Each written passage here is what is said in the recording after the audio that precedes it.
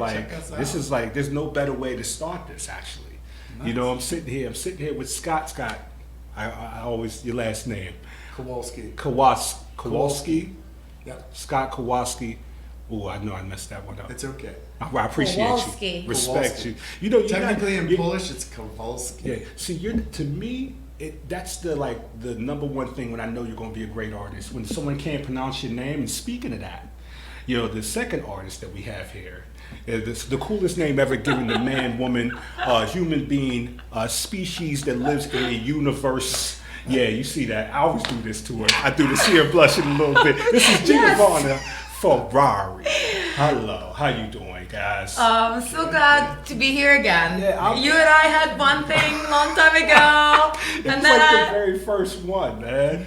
Was it your very first one? That was my very first one. And so to have you on this one for the very first episode of the Art of Conversation is just like full circle. Yeah. You know, so there's a show happening at Atithi Studios. And remind me of the date. The date is...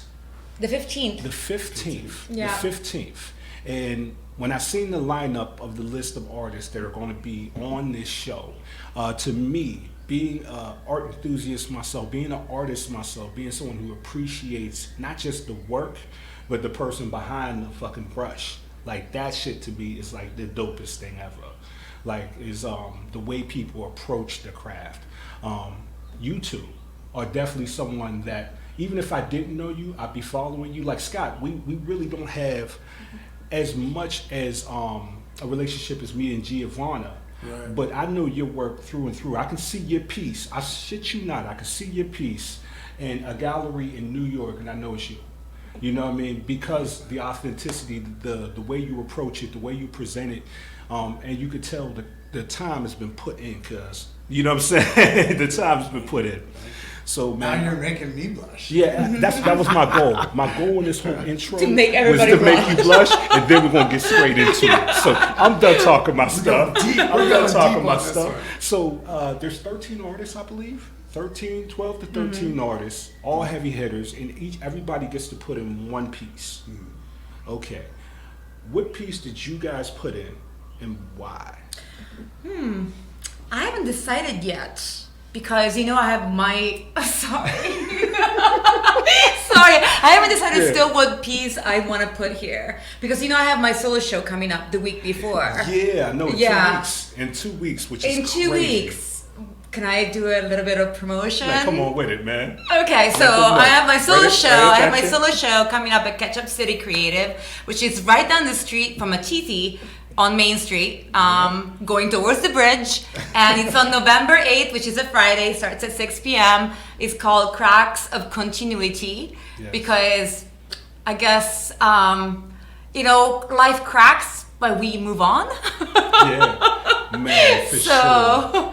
You know, that's kind of like, you know, Corey, that I like to paint out of experience, and I like to put on the canvas how I feel. And this year has been just a year filled with many, many cracks. But I feel like I've just moved on brilliantly. Yeah. I feel really good. I feel that those cracks needed to be there, you know? You definitely got an energy that is more of, it seems like your energy is coming more from a positive place. Like a lot of times as artists, we paint from this experience that a lot of times is not the greatest. You know what I'm saying? Sometimes, like, you know, sometimes. Morose. For me, the majority of my work kind of comes from that. So, like, I guess I'm going off of like personal, experiences. But, you know, fuel the need to express the sadness or the deeper. I mean, yeah. Scott, where does your paintings usually? Where do they thrive from? Since we're on that topic. Oh wow. So I have like a juxtapose between like this little chaotic style and very minimalist style most of the time. I like abstract expressionism. So I don't know. I mean, I paint mostly with palette knives. So it's like all those cityscapes and everything like that are like, you know, just palette knives, just laying paint down. So absolutely. As far as my, you know. A while back, I used to like try to like, you know, have that emotion like that fueled me to do stuff. And then I think I saw something on Picasso or something like that that's like he painted like 2 paintings a day. Right. Which I tried and I just couldn't do it. But to paint every day was more important than having the emotional landscape to kind of fuel what was happening on the canvas. Right. Or has become. I'm actually, that's, as an artist, I appreciate hearing that, because that's where I'm at now. Yeah. It's not about even the outcome, it's the act. Yeah. That I'm so excited about. Yeah. It can be a few strokes a day. Yeah, it doesn't matter. As long as I'm touching that damn canvas, I got to smile like Giovanna got. And get back to that conversation as well. Your work right now, like, you know, you bring in an energy that is almost like it's a different aura, man. It's a different, your work resembles that. I feel different. Yeah, I feel different. And, you know, I've been trying to really push myself and go to the next level. So I've been just really experimenting even more with different media. And I have to tell you, it wasn't like an easy process. Like every time you're trying to push yourself, you're gonna fail a few times, right? But, you know, for me, it's always about moving forward. And I started mixing all these things together. Literally, I go to Home Depot and I buy a bunch of shit. So most people are going to Blick. Nah, it's not. I go to Home Depot. I feel that. Home Depot is my my art store. Yes. Respect. Can you tell the artists out there, man, when you get to a certain point, it is better than just buy gallons, man. Just like, there's no reason to be letting these paint companies. Starch. If you need that thick paint, go get some cornstarch. Exactly. And it does the job. So. See, that comes, and it also gives it a different feel, man. So, I like the texture, as you know, right? So I've been putting all these things together, but I don't really know what is gonna come out of it. And so some of the paintings that I was doing, I had to completely throw away because I was like, this is. But then all of a sudden it just clicks. Just like, because I could see I was like, what is the right recipe? I know I'm onto something, but I'm just not mixing the right recipe, because it's kind of like a chemical reaction, right? So when you're mixing different things together, and then eventually I got it. And that's how I pushed it forward. Man, navigating the void. That's the trusting the process. Trusting the process, especially as an artist, like trusting, like, you know, you got it in here. It's in here. It's there. It's there. Absolutely, 100%. And that really ties. It's scary though, but I mean, you know, because you have that little bit of the imposter syndrome, kind of, you know, which is shite. Yeah, we were talking about this before we turned the cameras on, before we went on, about like, a lot of times as an artist, you feel like, oh, they're going to figure me out sooner or later. You know what I mean? You just feel as if, like, the way someone perceives your work, they're lying to you. You know, it's like, oh, this can't be as good as what somebody else sees it. Like, I don't know. Like, for me, it's something I battle with a lot, is imposter syndrome. But you know what though, with that, they actually probably perceive it that it's better than what you perceive it. Yeah. Like because I mean we all go through that, you know, as far as like, well, I like this one, I like this one, and then somebody walks into the room and is just fucking blown away by what they're seeing. And then I'm starting to get to the point. Well, I'm grateful to now be getting to the point where I realize it doesn't matter. You know, because what you were saying before, Scott, was about it was the act. Yeah. It's more the intent. The intent. That was Carlos Castaneda. Have you ever read it? Oh yeah, I read him. Yeah. So that was the Yukwei. It was the intent of the magic, the intent of your brain telling you this is what's going on. Anyway. Oh, I love no. You can go ahead, man. You can go ahead. I mean, I think that it really is, because it's like as you were saying, like explaining with your process coming up, it was your intent. If you didn't have that intent to move forward within the process, it would have never happened. Yep. Yeah. No, that's true. And also, you know, it's kind of like, don't be judgmental towards yourself. What you were saying, like, trust the process, trust that you got it. Yeah. And, you know, you might go through maybe a couple months maybe sometimes even more. Like it really is personal, where you just produce nothing good and you're ready to give up. Don't give up. You know, it's like half, like even more than half, like a good 70% of the work is just not giving up, you know, as an artist, because you have so many hurdles thrown at you. Nobody likes your work, nobody buys your work. Oh, that is the realest statement ever spoken. 70% is just not giving up. Don't give up, you know, Yeah, just yeah. keep going, just Yeah. keep going. So you Yeah. have all these hurdles, like not only like, you know, it's hard to break it into the art business, but also it's really hard to kind of push those boundaries, to make those leaps forward, to make those quantum leaps forward, right, as an artist. So, man, if you just stick to that principle to never give up, you've done 70% of the work. Hello. Like, absolutely. Talk 100%. that talk to you. Yeah. And to Yeah. go to the next level, what is the next level? What is, you know, I mean, that is a good question. Like you said, you're trying to take yours to the next level. Yeah. What is the next it's level? a really good question. So for me, it was just kind of like picking a few artists that I found inspirational and saying like, man, if I could just do that. But obviously you're not them, right? So it's kind of like that inspiration. So you're kind of immersing yourself in their work, and all of a sudden it kind of becomes kind of also part of your work. But because you're not them, it transmutes to something different. Right, You know? Yeah. Yeah, I mean, we're all inspired by each other, and Yeah. and you know, you see a little bit of this or you see a little bit of that, and Right. you know, and then all of a sudden we're transferring that to our own work. Oh, Absolutely. 100%. So now we all, you guys are part of the show, Mm-hmm. and the one thing we haven't answered, we answered a lot of questions I have. You guys have knocked down, but we haven't answered what piece.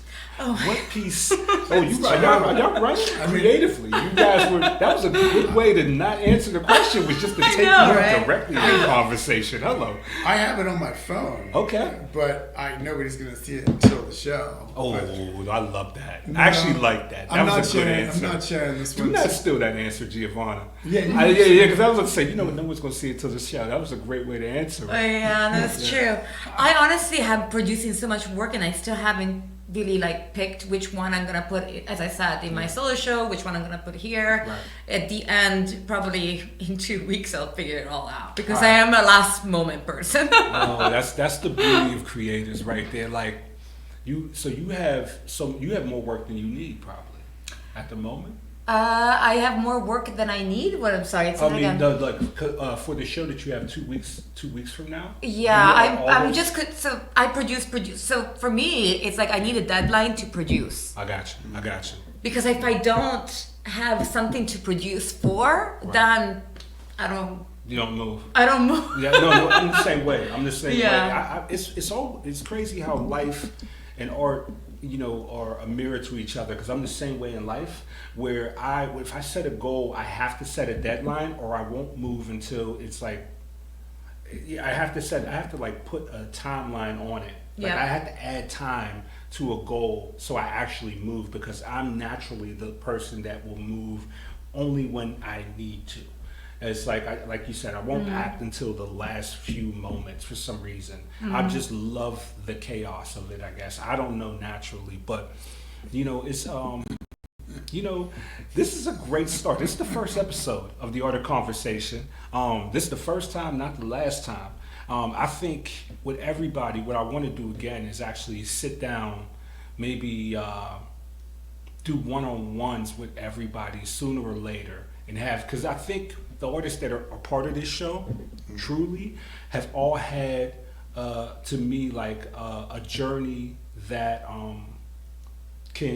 someone can learn from, right? You're not just hopping into the game. You're really getting your feet are starting to feel like they're settled into the land, and you're starting to get the hang of your identities.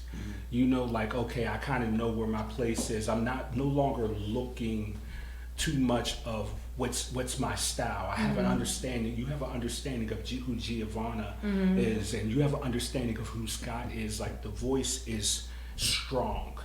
Right. It's not really jumping too high or low, but it is becoming more fine-tuned as I look at you guys' work. And it's changing still. I mean, Yeah. it's always changing. It's no question. But thanks, man. No problem. That feels good. It feels good to hear because you know it is a lot of the times like we spend a lot of solitary time within that in that time frame of doing what we're doing, and it's Absolutely.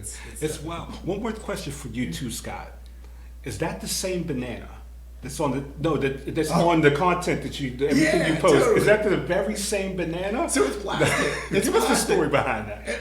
So somebody said to me it's really hard to judge your pieces by just seeing them on a wall, because I try to do the same white wall, right, that I have to clean up in Photoshop because it's dirty. Respect. Shit, Yeah. And I'm too lazy to paint it. But coming from paper, right? Respect to you, man. Respect to authenticity. I just have to do it. So I waste like 3 or 4 minutes going through Photoshop and like cleaning it up. But so I went and bought a plastic one, and it was so boring. I mean, it was barely had any color to it. It wasn't ripe. It was like just a plain like yellow banana. So I painted it, like did all the stripes, and then I took one of the Chiquita little stickers that I found like when I get off of my regular bananas that I eat, and I put it on there. You put it on there. Yeah, man. I was like, is he buying a new banana each time? Is that the same banana? No, it's I don't know what you guys are talking about. Are you referring to the banana that was sold for $50 million? No. Okay. So on my pieces, I take a front shot, I take a side shot, and then I take a banana shot. A banana shot. So I put the banana on the top of my canvas. Got it. And so people were like, "Oh, this is 16 inches wide." People are spatially challenged. Got it. Yeah. I love the banana. That's smart. Actually, I've never even thought of that. It's also a way to figure out the actual size of the piece. Yeah, that's what I was doing. That I wasn't biting off the banana. I was literally like. I love that idea. It's really cool. It gives the perspective of like, because usually everybody knows how big a banana is. True. So it's roughly. It depends what the That's banana smart. counts. And it was also like the attachment of the banana, the art, Warhol art. Like it's very creative in a way of that sense, but it also took on a life of its own. I noticed it.